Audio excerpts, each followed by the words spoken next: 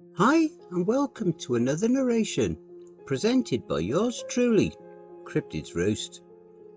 I am now shortening the oral intro, but you will find more info in the outro at the end of the video instead. Let's just take a moment's silence for all the haters. That's enough. Be sure to check out the blooper reel at the end of the video. So grab your coffee, sit back and enjoy the show. And don't forget, where fear is, happiness is not. The Redhill Brothers, Part 9, The Fall of Him. This awesome series is written by BrothersRedhill, aka crypticwander, a wonderful author over on Reddit. If you would like to read more of his works, a link to their Reddit profile will be below in the description. It's pretty crazy how time flies. It's been about 9 months since my brother Zach and I moved up here to our grandma's in Avon, and Christmas time is around the corner. This isn't the first Christmas we've spent up here. When we were children, we came up a couple of times, and our once large family would gather at the house.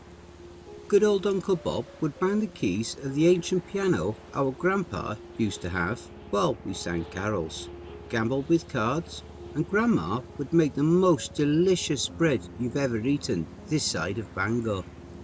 Things are a bit quieter these days. Aside from the ghoul still thrashing around in the basement, the radio is about the only noise in the house. Dino mostly sleeps on Serena's lap, making his occasional rounds to his food dish, only to plop back down next to her again. He is starting to get pretty big, and I don't really know and wasn't sure what we were going to do with the dinosaur when it reaches full size. Uncle Bob said we should build it a pen outside, and continued on about all his carpentry expertise when he was alive. The days being shorter, the house was looking a lot more depressing. There was still the occasional spirit that would pop up, neither directly interacting with us. I'm not even sure they know they're dead. Zach woke up in the early hours of the morning to a disembodied arm coming down the stairs, carrying one of them old candlesticks on a plate down with it. When it hit the door, it just vanished. With all this happened, it's easy to forget our house is messed up on a good day. Zach decided we should get a Christmas tree and decorate it a bit to liven things up. I'm not really one for cheer, but I thought it sounded like a pretty good idea, and Serena was all for it. Per usual for Maine, the snow had gotten pretty thick, and we went outside towards the truck. Zach ran towards the shed and started throwing snowballs at me. I wasn't one to be shown up, so I started throwing them back, using the truck as cover. Serena came out and yelled at us to stop being children. So we both smiled at her and began to pelt her with snowballs instead. She screamed and ran back towards the door when we heard Dino's signature growl bark. "Oh no! Dino! Get back in here!" she yelled as he scampered his way down the stairs towards me. We both started swearing and were afraid of this happening. He had been trying to get out since last November, and reptiles never did too well in the cold. I ran over to the dog-sized lizard and went to grab him, when he opened his mouth and spat something at me. Instantly I was covered with some sort of gooey slime that was absolutely freezing. Even through my jacket and pants I could feel the icy liquid burn against my skin, and I desperately tried to wipe it off into the snow. Dino seemed to feel remorse for his actions and came over to lick my face with his freezing tongue. We got him back inside and he resigned himself to napping in the back hall that led out to the shed. "That was new," said Zach. "Are you okay?" Serena asked. "Yeah, I don't really know what to make of that. This stuff came out frozen." "Well, maybe he's like some kind of ice dragon," Serena replied. Aren't they supposed to have wings? How many dragons do you know, Matty? Hell, how many dinosaurs do you know? Said Zack. He had a point. Experts have dug up plenty of fossils, but know nothing about how their organs were made up. We decided to put a pin in this and loaded ourselves up into the truck. We drove down to the eastern side of town where the lot was that sold trees. Zack made sure to whip around every turn there was, once even completely spinning the truck. Serena made a comment to drive on the way back. We were kind of surprised by what we saw when we pulled in. All along the lot was a large fence, complete with razor wire looping around the top. Zack put a finger to the tight-knit links and let out a yelp of surprise to find it was electrified. My God, it's like Kaiserwald in there, he said, putting his finger to his lips. Are the freaking trees dangerous in this town too? I asked. We walked in, and despite the sombre conditions, people were all over the place. We recognised some, nobody of real importance. We walked around looking at what they had. Signs littered the area, and only about a quarter of them related to the sale of trees. Do not feed the animals was prominent amongst them. Serena found a nice little tree off in a corner that looked like it would be perfect size, and at only $20, I couldn't really complain. We still didn't have solid jobs other than selling firewood, but this was a pretty good time of the year for business, and we still had quite a bit from the mayor stashed away. I looked over to Zack to get his opinion, but I somehow lost him. I finally caught him over at the back wall where a gate sat shut. I was going to say something myself, but one of the people that worked there started yelling at him and running in his direction. I'm about 90% sure that Zack can read, but whether or not he chose not to, he pushed open that section of fence with his boot where a group of squirrels and a large rabbit sat. I didn't know what the big deal was. I mean, were they going to eat the trees? We found out pretty quickly. Of course, Zack had some peanuts stashed away in his pocket. Always one for road food, that guy. And he began throwing them out for the cute little forest animals. They gnawed a bit on the shells, but instead put them aside in favour of the poor worker that came within range. In a flash, the furry little critters were all over him. Fluffy tails were everywhere, and the screams of the man echoed out as they ripped the skin from his face. They quickly gnawed him down to the skull as he continued yelling out in pain. And others, employees and customers alike, came running over to help. A very large rabbit knocked a woman to the ground and made quick work of her neck. Bright red blood painted the snow and the creature's fur alike. A man with a long beard grabbed a hold of the animal in an attempt to remove it, but in less than a second it was turned around and pulling out his left eyeball. The nerve snapped apart like a rubber band, and the bloodthirsty beast went back in for his nose. I've been around long enough to know it was time to go, so I threw a couple of $20 bills to the ground. We grabbed the tree and loped the hell out of there. The children present were smart enough to head to the exit as well, and soon the only occupants inside the fence was the creatures and their prey. Seriously? Did that just happen? Yelled Serena. Are they all like that? Do we need to be afraid to leave the house now? I said. Zack threw the tree into the bed of the truck and I gave a loud grunt. It's just evolution, guys. All those cute cuddly animals used to be savage hunters back in the day, so it's no surprise something like this would happen. Okay, seriously dude, I would agree if they were like bobcats or bears or some shit, but they are freaking rodents. Rats eat meat all the time, he said with a shrug and got in the middle. I'm not stepping outside again without my gun, was all Serena said. We drove back up to the house and pulled the tree out. Behind me, Zach was having a loud coughing fit. You really gotta get that checked, man, I told him. I ain't your mama. You need to make the appointment. We got the tree into the living room and screwed it in tight into the stand. I don't know why Zach needed to grunt the whole time. It sounded like he was in pain, but I try not to question the things he does. Thankfully, the box of old ornaments wasn't in the basement, and by that evening we had a beautiful tree. The radio was playing a talk show, occasionally featured in parodies of Christmas songs. We laughed and played cards while Serena made some cookies and got things together for a few pies. It definitely wasn't the same as back in the old days, but I was starting to get into the spirit, even if it was just nostalgia. And when Melvin and Sheena stopped by, I was feeling pretty good about the whole season again. The entire time, Zach couldn't stop groaning. I yelled at him a few times, and he just cocked his over-pronounced eyebrows at me in confusion. It was about 9 in the evening when the station cut out. By now, we all knew what this meant, and we stopped talking.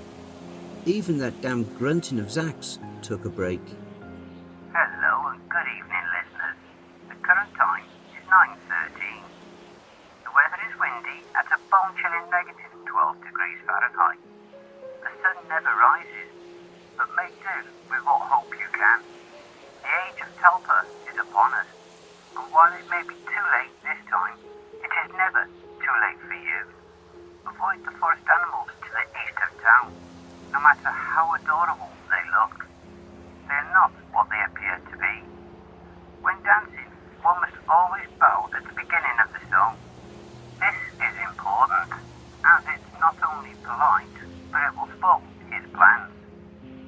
As we bring in the new year, you will discover radical new things about yourselves. This is only as good or bad as you make it, so take it in stride. New friends will be along to help soon. So make sure to be courteous. We now return to the broadcast already in progress. Then it cut out, resuming the parodies of the holidays. Man, they were a bit late with that one, I said, and we all laughed. A bit later we decided to call it a night. The next day came and I woke up to the sounds of screaming. Serena shook me and told me to go check on Zach, then promptly rolled over and continued to snore. Sighing, I put on my pants and groggily made my way down the steps to his room. He was flipping out over something, and I could hear the sounds of shuffling, some kind of muffled grunting coming from the other room. Something repeatedly going tink made me think of one of those donation people that hung out in front of stores. I looked through the door towards the living room and saw my brother wrestling with the damn Christmas tree. "Matty, help! It's trying to eat me!" he yelled. His arms were wrapped around the thing, and as I moved closer, I could see its branches moving around like arms, grabbing and whipping at Zach. He threw it off onto the couch, and I was shocked to see it scamper back over on its lower branches. The middle of the trunk snapped back, and something like a puppet mouth opened up, letting out a muffled war cry. It led back over to my brother, who was knocked back into Grandpa Rick's chair. I ran over and tried to pull it off. The branches on the backside of it began to whip me in the face, its sharp needles leaving streaks of red across my skin. I looked to the woodpile, grabbed a poker and started smacking the coniferous beast indiscriminately, along with Zach. Everything was a mass of confusion and fear, and in the scuffle it somehow managed to take the poker away from me and began to strike me back with it. "Oh shit! It's got the poker, Zach! It's got the poker!" It stopped its pseudo-biting of my brother and came charging into me, cornering me into the other chair. Zach got up and threw a couple of logs at it, one of them missing and going through the window. Obviously things weren't working here, and as it continued to assault me, I heard Serena from behind yelling, "What the hell is going on here?" It stopped and turned towards the stairs, then bolted into the kitchen. Serena screamed and ran back up into our room. It had trouble climbing the stairs as they were finished with an overabundance of polyurethane, a safety hazard I've been meaning to fix. Zach threw the television at it, which knocked it down. I went over to the wood stove and threw the door open with my fake hand. Grabbing the shovel, I got a nice collection of embers and threw them at the tree. It stopped for a few moments and a long screech of terror came from its strange mouth. It began shaking violently as its dry needles smouldered, and what happened next made everything else seem peaceful. It went absolutely nuts and violently moved through the kitchen, smashing hard into everything it came into contact with. The computer desk, the table, and the various dishes along the counter and stove were dented, overturned, or completely smashed. It made its way back towards the living room, and we got the hell out of its way. From Zach's room, we watched it destroy the end table, slam repeatedly against pictures. It broke the second window along the front of the house, and nothing seemed to slow it down. "The wood stove! We gotta push it in head first!" Zach yelled, and we waited for it to take its tantrum over to it. When it was close, we both rushed it and struggled through its lashing branches to push the top into it. There was another harsh screech as its needles crackled in the dying embers, and we had a hell of a time keeping a hold of it, but eventually it slumped over, defeated. "Jesus Christ, man! Why was that a thing? Why is anything a thing with this damn town?" I yelled. Zach went to stand it back up and put it back in its stand, when it gave a few more violent shudders. We kicked it a few more times to make sure it really was dead. Then we placed the burnt corpse of a tree back in its place. No longer did it look merry or bright.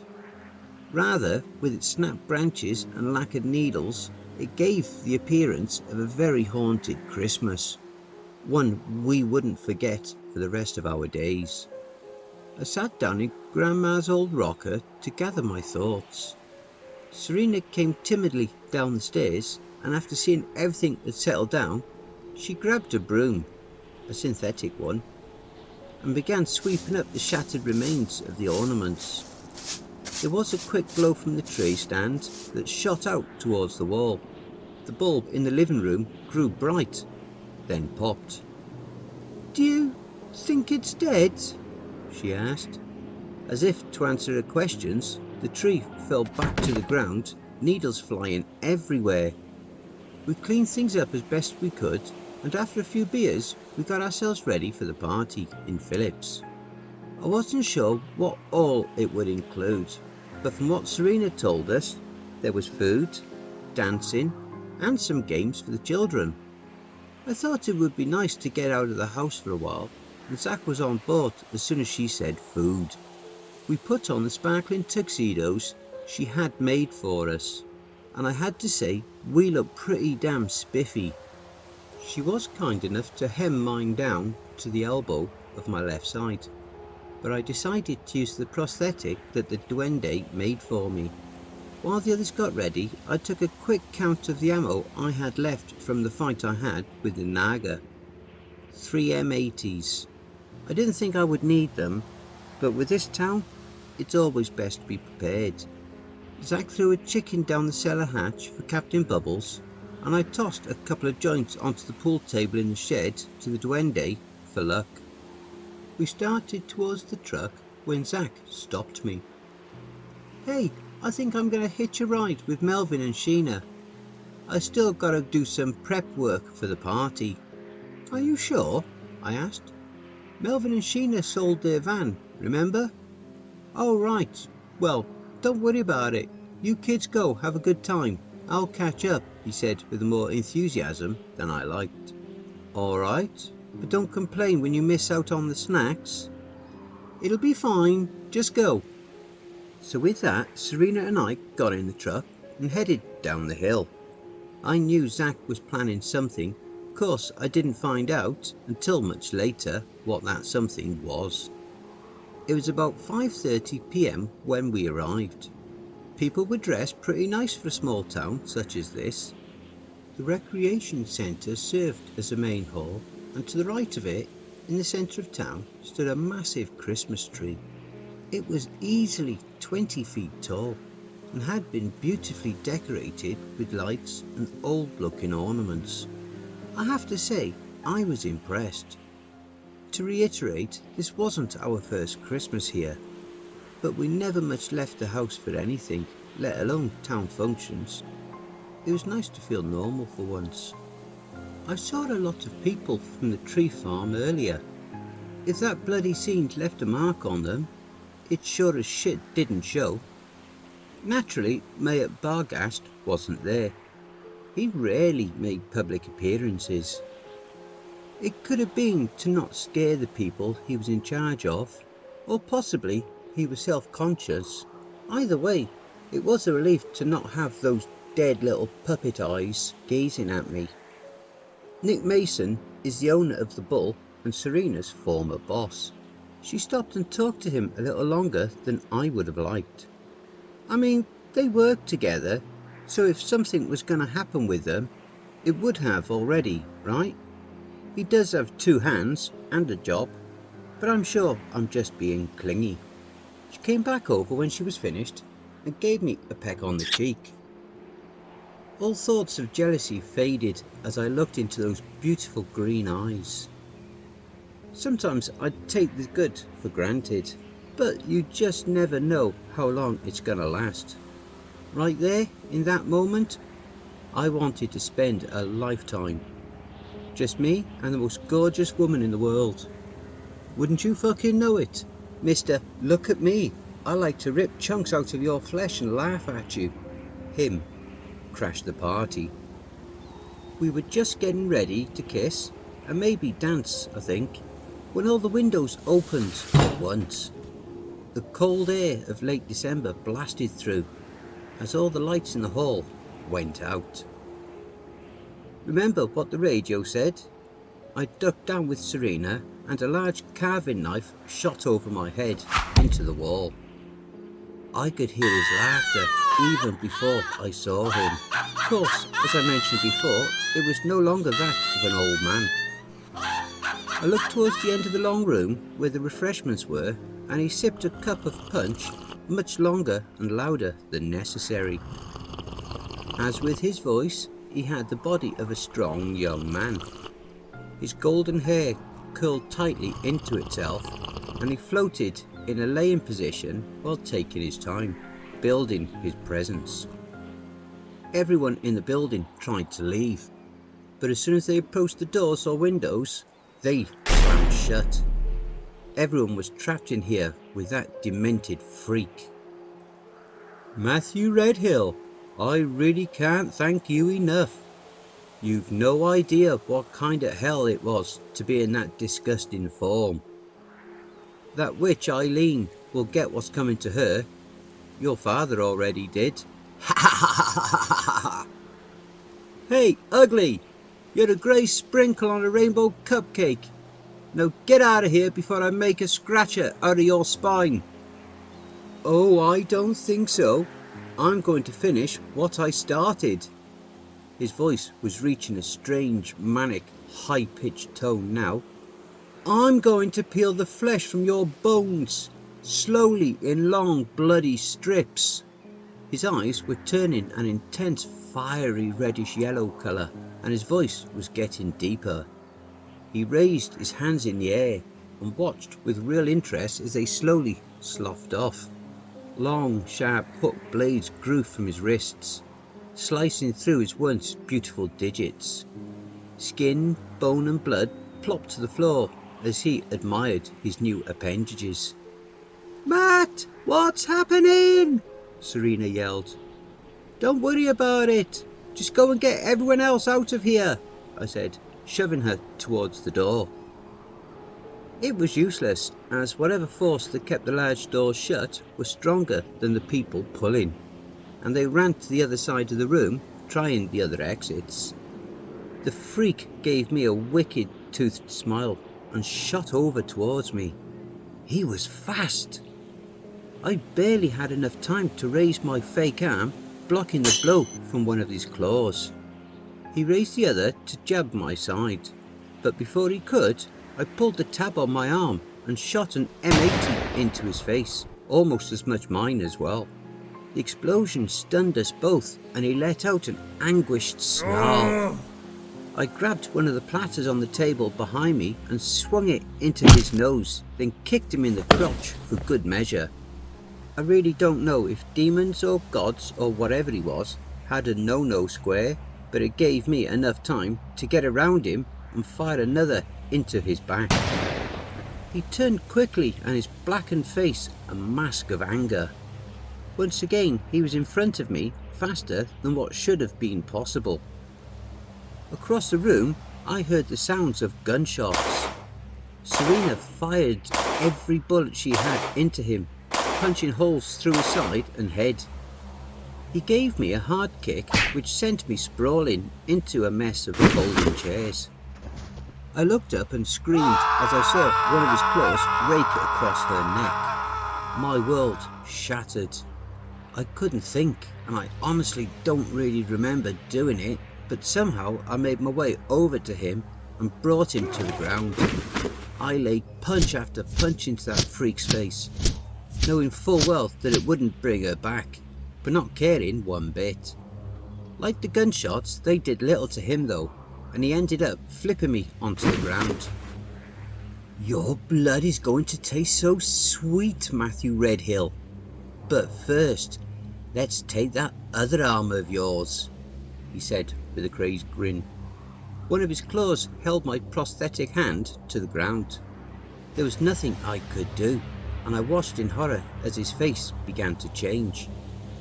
His once angelic mouth slowly extended like that of a dog's. His already needle-like teeth pushed out into large fangs, and his skin looked like it was beginning to melt around his face. He raised his other claw, and I closed my eyes. I couldn't watch him take my remaining arm. Off in the distance I heard something, an engine of some kind that was growing louder by the second. I opened my eyes when I heard the loud crash of the door, and I think both of us were just as surprised to see Zach come flying through on a big-ass ATV. He hopped off of it, letting it run into a table, and without missing a beat, kicked the face of the thing on top of me. He rolled to the side, which prompted me to get the hell up and over to my brother. Zach, what the hell? Where did you get that thing? That's just the Zach Wheeler, and don't worry about it, he said as he drew the MacGuffin from his right shoulder. You? I should have worked faster, but no matter. I'll kill you just the same, said him. Is that Serena? Yelled Zach. What the hell did you do to her? Nothing compared to what I'm going to do to you, he replied. Matty, go to her. I'll take care of scumbag over here. I nodded and ran towards her. Him made to rake his claw at me, but he was blocked by Zach's sword. So, you like picking on weak people, huh? I've dealt with people like you my whole life, buddy. And I've shown each and every one of them that they're not as tough as they think. Looking at you, Matty, he said in the same dead serious tone. I flipped him off as I walked on and lifted Serena's head to my lap. It was only a glancing blow, thank God, and her eyes were looking up at me. Don't worry, you're going to be okay, babe. She made to say something, but I put my finger to her lips. Don't try to speak, just save your strength. We're going to take care of this and get you some help. Once more she opened her lips to speak. I shushed her again, but this time she slapped me, yelling, "You're on my hair!" I quickly pulled it out from under my knee, and she looked much happier. Taking her over towards the wall, I noticed Zach was doing well against him. As fast as he was, they were going blow for blow, neither taking any damage. And from what I experienced, Zach was definitely stronger.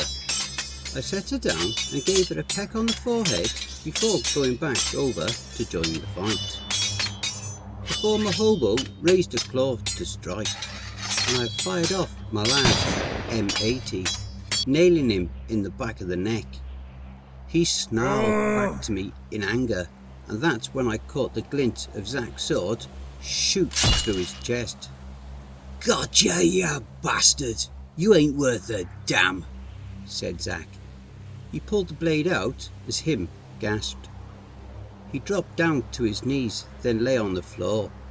Having finished him off and feeling proud, Zach sheathed the MacGuffin and walked over towards me. What the hell was all that about? Driving around on ATVs, showing up randomly, busting the door down? Do you have any respect for anyone but yourself? I yelled. Just chill, bro. I knew this was all gonna happen. Why do you think I waited to come? Oh really? Just how did you know he was going to show up here? Well, it's the biggest party of the year.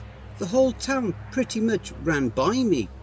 Did you really not think something bad was going to happen? Guys, Serena whispered. Well, shit. Thank you very much for pointing out I have a big invisible target on my back. You think I asked for this stuff to keep happening? No. I want a peaceful life doing honest work. Is that too much to ask for? Hey guys, Serena said louder. What? This is my fault? You always talk about how you come to the rescue. Don't worry, here comes Know-It-All Matt to save the day. But here I am, pulling your ass from the fire once again, because you're too smart and weak to defend yourself. Guys! She yelled. We both looked at her and she pointed over to where him was laying.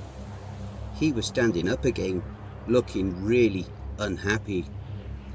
I don't know how you got a hold of that blade, but I can tell you that it hurts. Star metal is what they called it, crafted from a material not readily available on this little mud ball. However, you can't kill me with that, boy. You are both going to suffer. For me, your cries will be heard in different dimensions.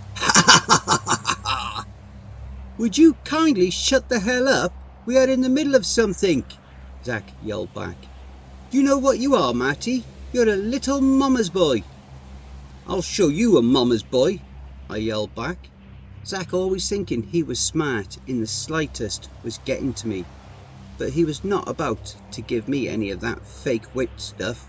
I tackled him to the ground and started laying punches into him.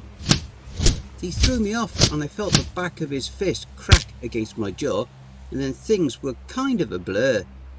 We stopped when we heard the freaking leather let out one of those high-pitched screeches. I noticed he was changing his form once again. Oh great, look what you did now, bud, he said, pulling out the MacGuffin again. I'm not your bud, guy, I responded, looking at my now empty launcher. I looked around and decided random room items would be better to launch than nothing. I ain't your guy, friend, he yelled. I took a bunch of change from the donation jar and decided that might work perfectly. Loading the socket inside my arm, I yelled back, I ain't your friend, bud. Serena watched on in misery. This is where I'm going to leave off. There's a lot more to tell, but I'll have to fill you in on the next and final part. This has been a long one and my hand is getting sore from all this typing. As always, Zach and I appreciate your love and support, and we wish you all the best. Ta-ta for now, kids. And I hope you all enjoy the following blooper reel. Good old Uncle Bob would bang the keys of the ancient piano our grandma. Good old Uncle Bob would bang the keys of the ancient piano our grandpa used to have. He is starting to get pretty big, and continued on about, and continued on about all his carpentry expertise when he was alive. She screamed and ran back towards the door. She screamed and ran back towards the door when we heard Dino's signature growl bark. We drove back up to the house and pulled the tree out. While it may be too late this time, It leapt back over to my brother, who was knocked back into Grandma Rick's. It leapt back over to my brother, who was knocked back into Grandpa Rick's chair. The bulb in the living room grew bright, then popped. We put on the sparkling tuxedos she had made for us. She came back over when she was finished and gave me a peck. She came back over when she was finished and gave me a peck on the cheek. His eyes were turning an intense fiery reddish yellow colour. One of his claws held my prosthetic hand to the ground. Don't worry, babe. You're going to be okay, babe. Hey family, please be so kind as to throat punch the like button and smack the ass of the subscription button as well. And remember to chokehold that notification bell and then select all. That way you'll receive all notifications each time I upload a new video. And by subscribing, you'll be the first to see all of our new spooky creepypasta stories. A very big thank you to BrothersRedhill for allowing me to narrate this awesome story. Make sure to check out BrothersRedhill's Reddit for more brilliant stories. Also, be sure to check out the BrothersRedhill playlist here for more of their stories that I have already narrated. I would just like to say a very big thank you to all of the authors that I have worked with and all the ones that I will work with in the future. So thank you all, my brothers and sisters. And why not #cryptidsroost in your comments. If you would like to support the channel, I have now created an account at buymeacoffee.com. You can send your donations, big or small, to that site. Link is below, or via paypal.me/cryptidsroost. And don't forget to check out the end screen coming up shortly that will also list some more videos in my back catalogue. Take care everyone, and I hope you all have a wonderful and peaceful night. And don't forget, where fear is, happiness is not.